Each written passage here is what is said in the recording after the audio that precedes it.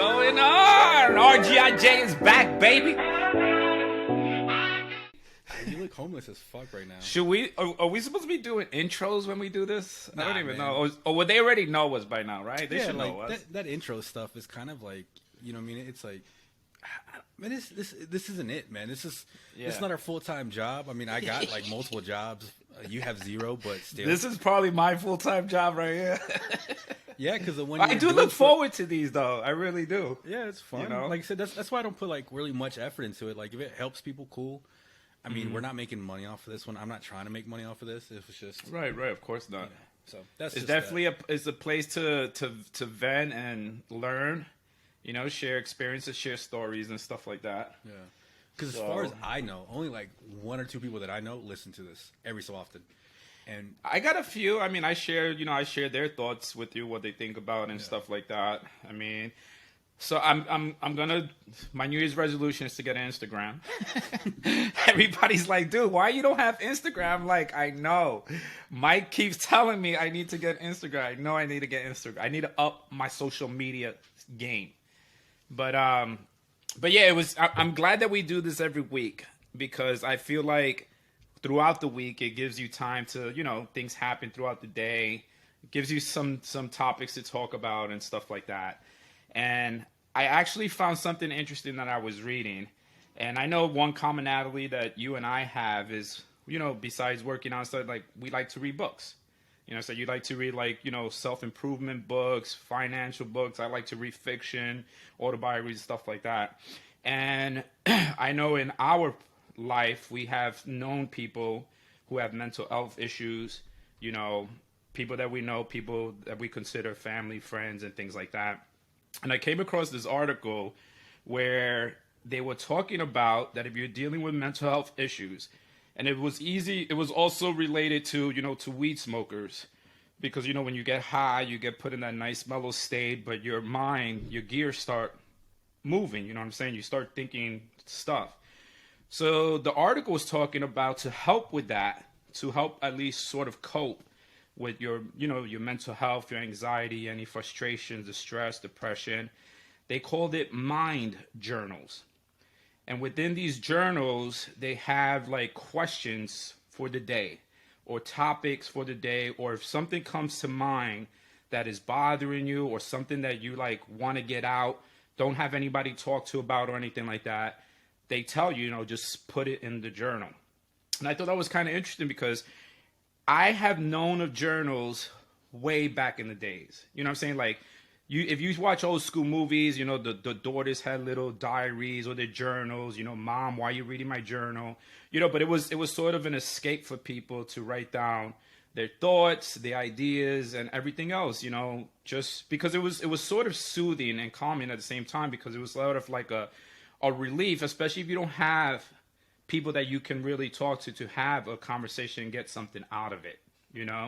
So I came across and I was like, man, that's pretty cool, because honestly, I started a journal back in 2018, but I was doing it just to remember the memories. You know what I'm saying? Because I feel like I don't know what the future holds for me when I'm 65, 70, 80. I don't know if my mental being will still be there. You know what I'm saying? Like, so I started making entries of good memories that I've had, things that happened to my life, going back to school, retiring from the Air Force, just significant life-changing impacts.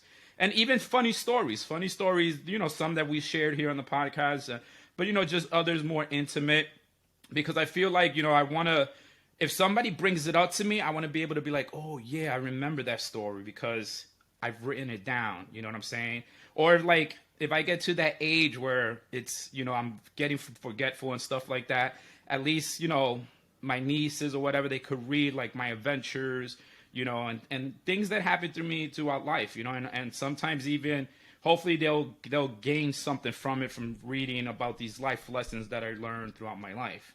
So I thought it was pretty cool. And I mean, I know you're somebody that deals with PTSD, correct? You don't. I mean, I never say I do, man. I let the VA has considered me what they consider me. I don't know, man. I'm kind of weird about it. I don't ever talk about what I have. Like, I don't know, man. It's really weird, I guess. Would you ever think of journals, though? Would you ever thing to write? Or what do you think about that concept of people doing journals? My therapist asked me to start kind of doing that, and so I did one. And it was actually, weirdly enough, I had a meeting with her this week actually. So oddly enough, we actually talked about that. Where for me, I did one, right? So, and after that, I froze. Like I just couldn't write no more. Like for me, it's a mental block of, there's a lot of things that I at this current moment in my life, I'll sit there and say, I'm going to take it to the grave. Stuff I saw, right. Stuff that happened to me, like I'm going to take that to the grave. There's, I think, 6 people that know about it, and I'm keeping it at 6. So for me, it's kind of hard right now to write in a journal because to me, that's kind of like somebody else could read it.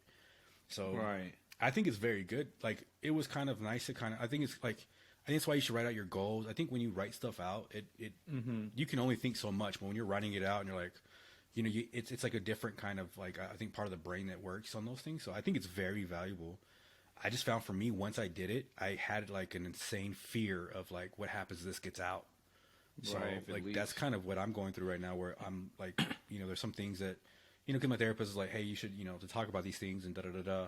And it's like, well, if I do, then potentially it can get out. So I found myself kind of like not wanting to, right now, actually. And I have it on my desk. I'm looking at it right now. It's there. Mm-hmm. So I have it on my desk so I can write it. But now I found myself where I don't even want to write because I'm kind of worried that like it gets out someday. Yeah, I mean, but I'm sure you'll be able to safeguard it and stuff like that. I mean, the way I feel like any of my stuff comes out is from who I'm telling. Mm-hmm. But I feel like my journal is my privacy. You know what I'm saying? Because I know where it's at. I know where it's maintained. And it's not like I have kids that are rummaging through my stuff. Right. I don't have to worry about things like that. And I don't take it with me to other people's houses or anything. It's like throughout the day, if I've come up with something, like before I go to bed, sometimes I'll think of something. Or I'm watching a movie and something happens. I'm like, man, that was something similar to something like I did. And I'll throw it in there. I'll write an entry saying, on this day, this is what came from this, blah, blah, blah, and so on and so forth. But I feel like it's something that's gotten away because, like I said, in the past, it was something that was sort of put on where kids like to do that. Mm-hmm. You know what I'm saying? They like to keep a diary of their secrets and things like that. And I feel like it was only used for that, but I never saw it sort of used in the mental health aspect. Mm-hmm. Because when I think of mental health, at least in the military was, you go to the mental health officer, you go see the psychiatrist, the therapist. Everything is always medical when it comes to mental health. I've never seen anything or any topics to where, even though I know you said your therapist was like, write it down, anything like that. But I've never seen just the own individuals saying, you know what, let me write this stuff down without having a professional tell them to write it down. But that's why I thought it was kind of cool that they had this article, and I said it was called Mind Journals, where you basically, it'll ask you questions and you answer them, you throw stuff down. Like it'll just say, just write a topic for today. And that person would just go in there and write whatever he feels like writing and whatnot.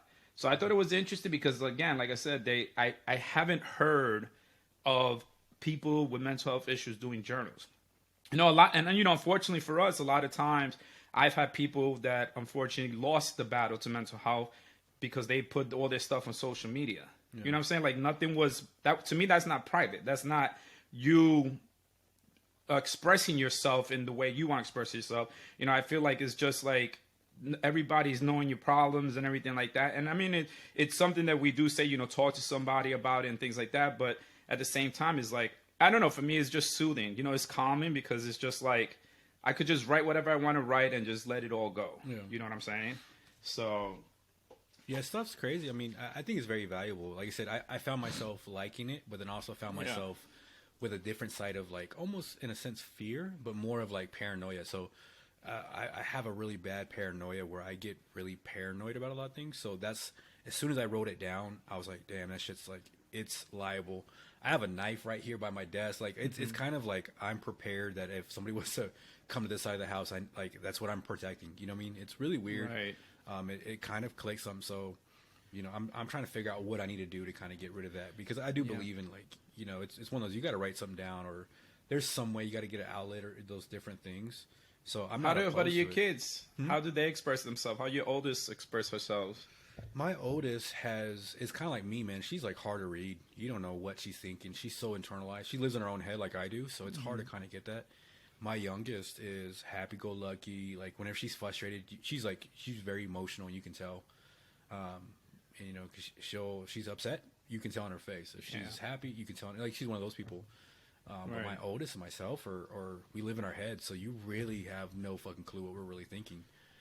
And I've had that problem a lot where, you know, I'll quit a job and people are like, I didn't know you were unhappy, but like, I was so unhappy. Then you never notice. I'm like, I don't tell you how I'm feeling. I just do. Like I just, you know, so those are some of those things that like I know that the both of us are gonna have that issue. Do you feel therapy helps? Do you like that? Do you like going to therapy or? So what really was crazy for this one, like I went to the VA and they started like, you know, they kind of asked me some questions because I just came in from the country. So, you know, I was in Japan for so long and I don't have access to VA out there.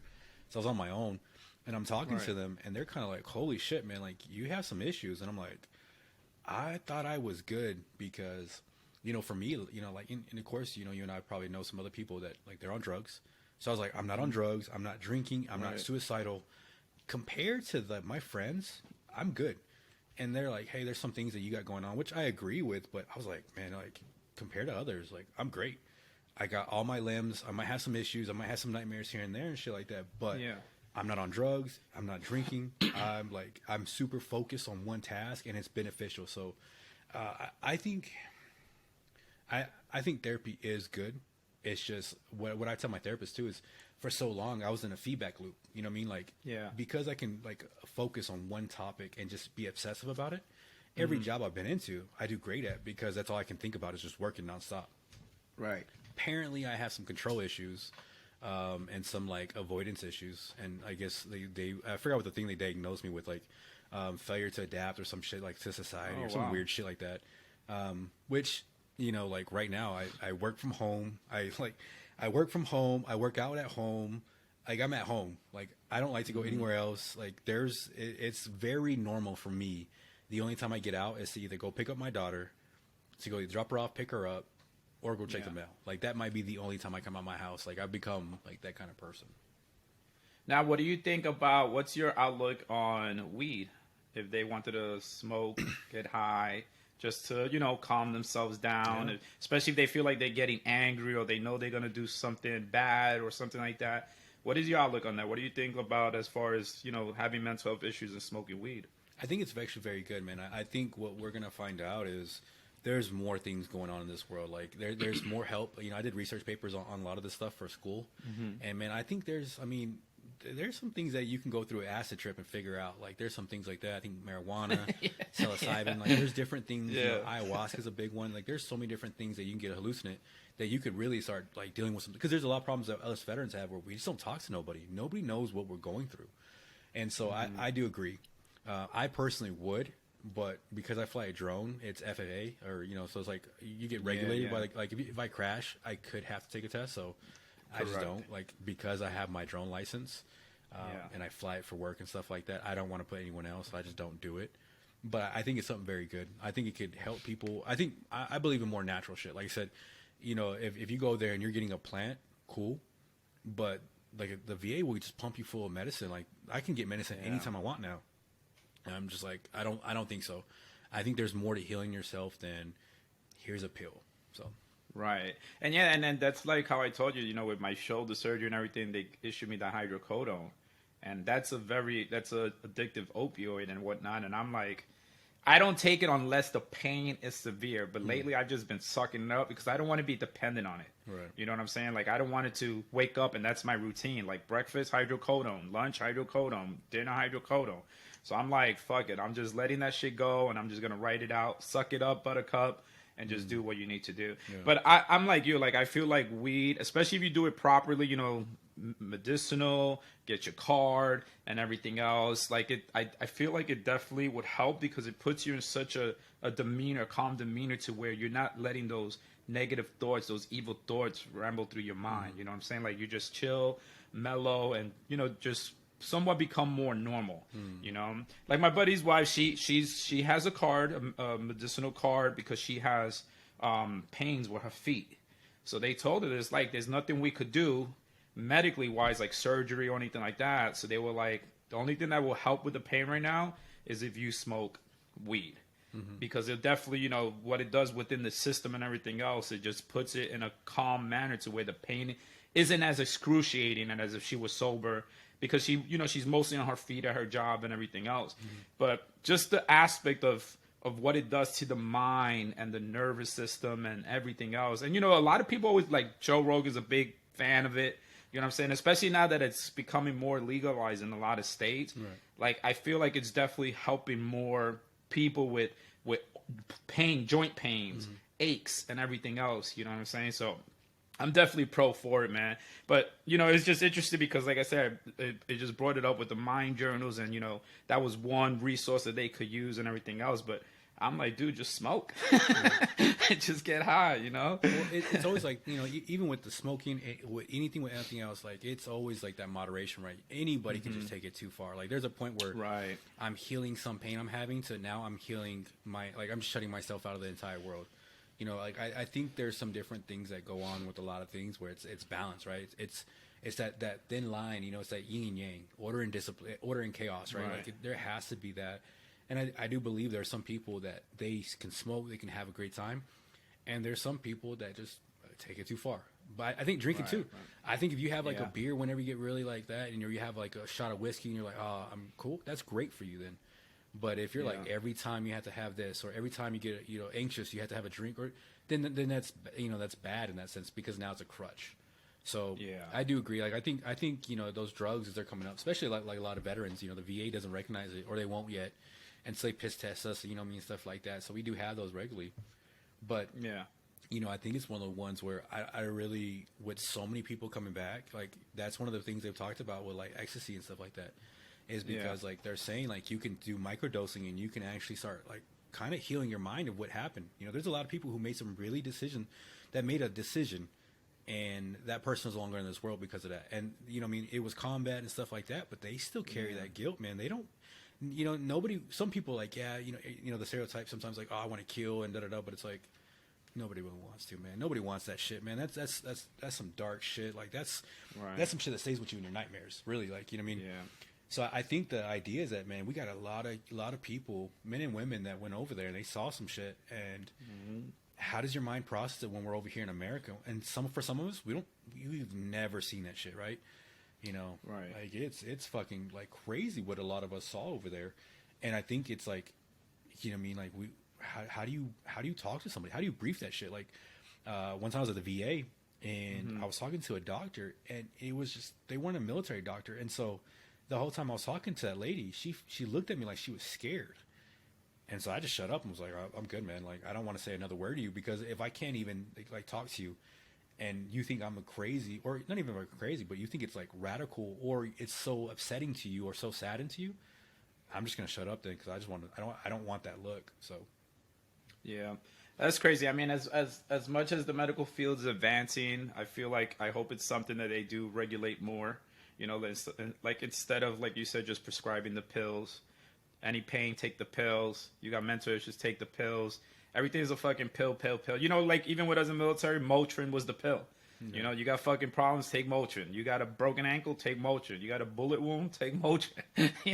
Motrin was the go-to, man. It's really crazy, but hopefully, the medical field keeps advancing, and they come out with newer sort of resources to help with issues like that and everything. Well, especially if you think about it real quick though.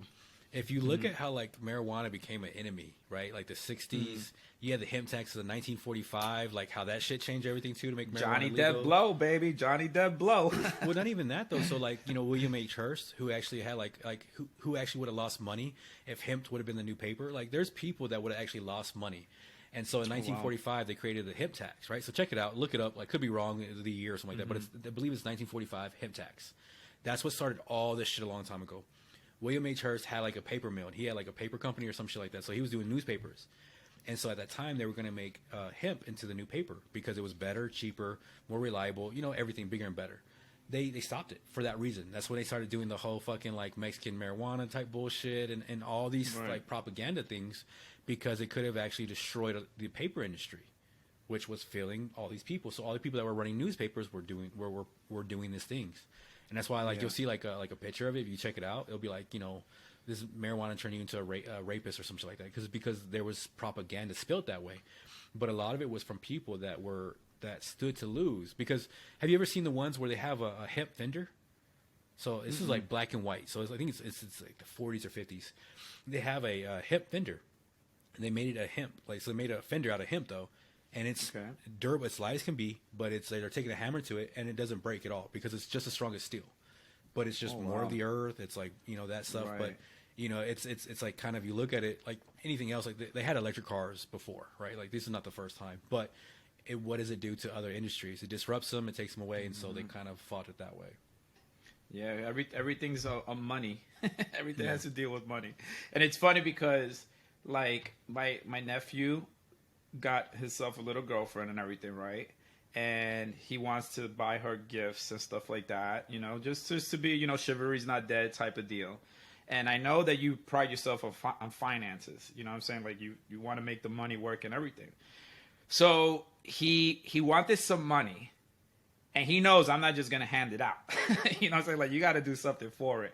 So, of course, he tells me, he goes, hey, Theo, he was like, you know, what can I do to get some money, you know, to earn it? You know what I'm saying? So I said, well, come do some chores. Clean the bathroom, clean the patio, this and that, you know, clean my car, even wash my car, clean my car, and you'll make yourself some money.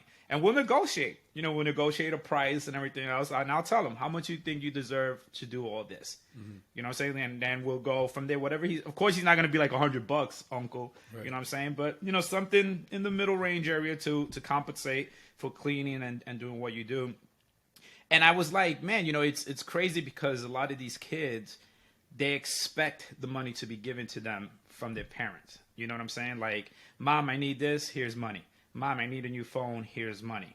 You know what I'm saying? And I'm just like, I was kind of glad that his outlook was like, I know they're not just going to give it to me, so how can I earn it? You know what I'm saying? Like, what can I do to trigger this person to be able to compensate me for doing something for them? You know, I scratch your back, you scratch mine type of deal. Right. Do you think parents should be more into that, like teaching the fundamentals of like, what's the value of $1?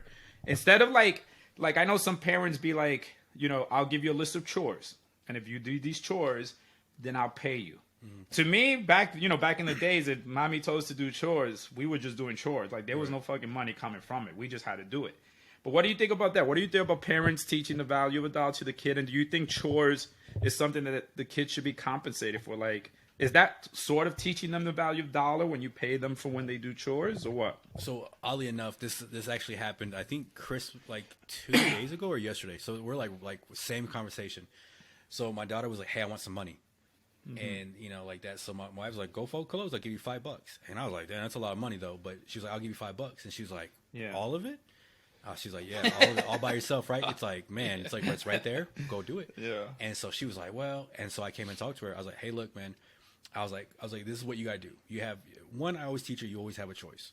I said, but number one, if you want something and you want to work for it for money, you have to ask yourself, is it worth your time? Yes or no? If it's worth your time, ask them how much they're willing to give you. That's when you decide, is it worth your time? Is $5 worth your time to do this? And if the answer is yes, then you do it the best and the fastest you can. That's it. Simple. If not, you walk away. No harm, no foul.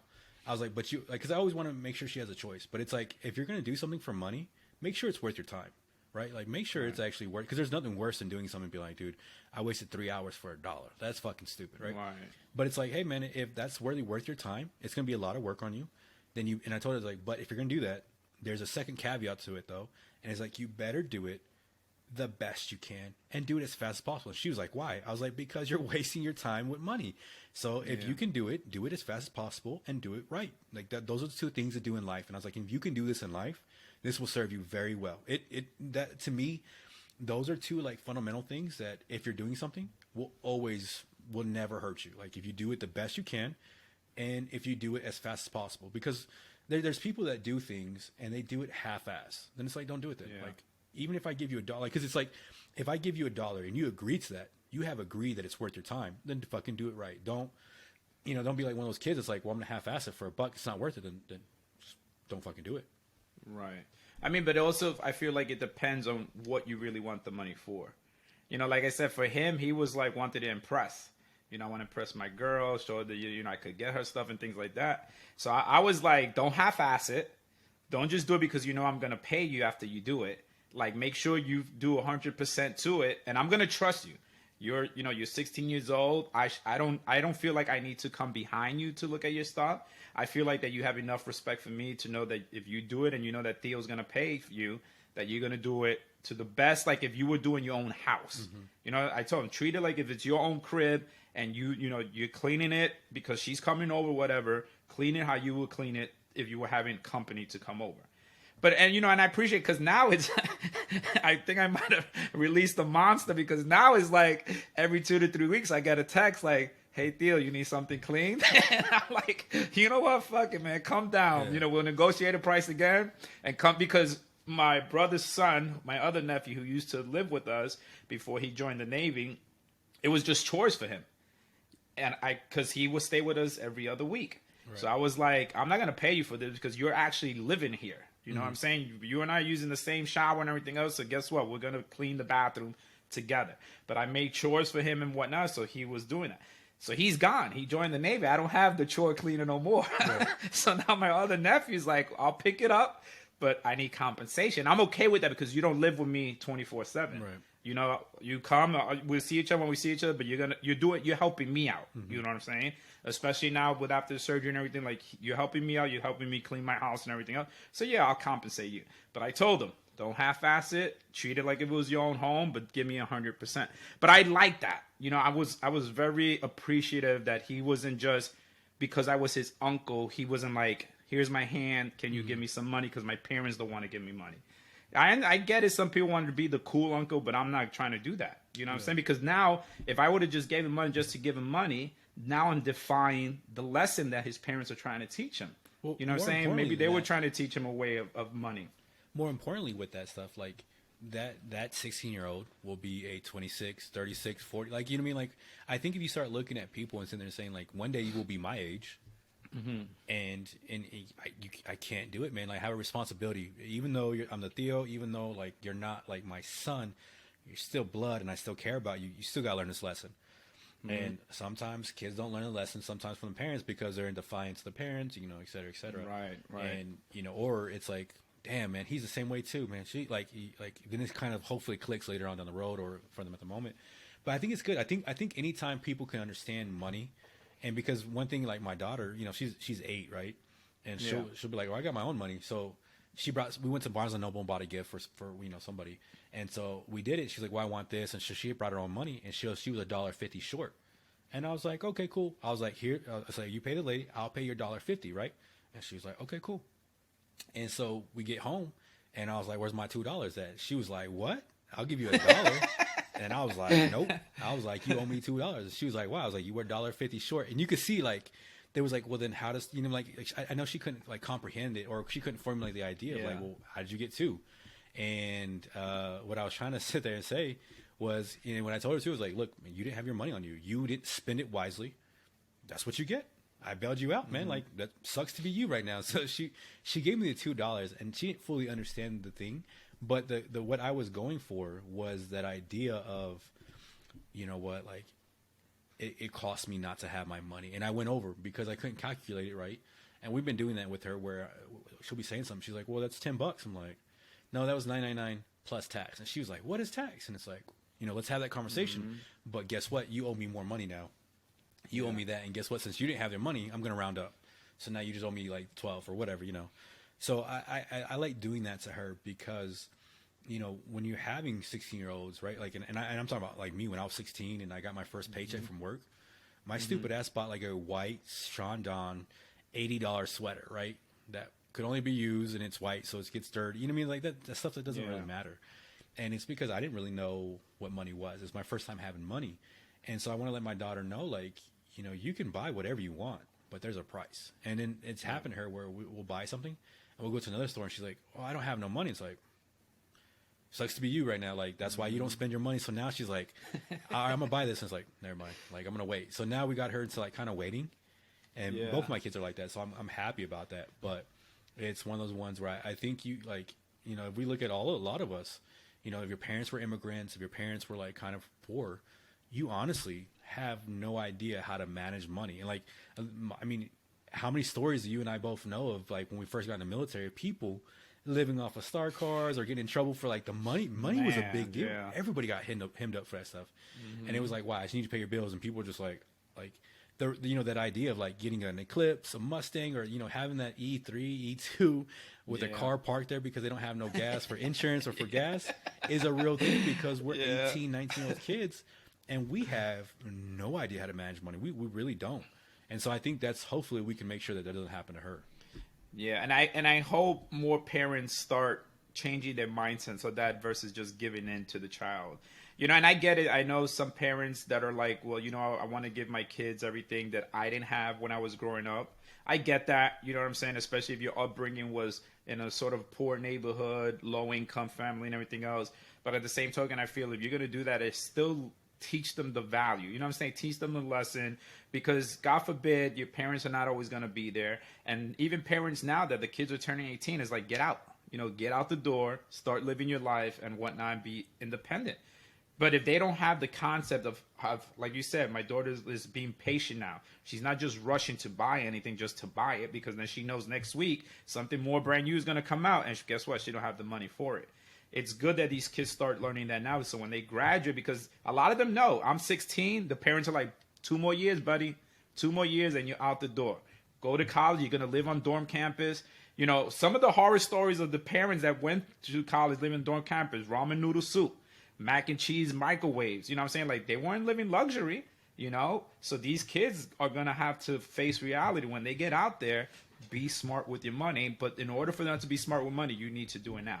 That's why I was very appreciative of my nephew to do that. And I feel like it's something that more parents need to understand. Like, don't just spoil your kid. Teach them. You know what I'm saying? Teach them finances. Teach them as best as you can. Let them understand that you're not a bank. You know what I'm saying? You're not an ATM machine that they could just take money from you whenever they want. Unfortunately, some parents today don't do that. They just want to spoil the kid because now they're the cool parent. You know, oh, my mom's cool because she buys me whatever the fuck she wants to buy me. Or my dad's cool because he bought me the new Jordans. It can't be like that because when you go out in the world yourself and be independent, you're going to rely on your mom and dad all the time. You know what I'm saying? And it kind of sucks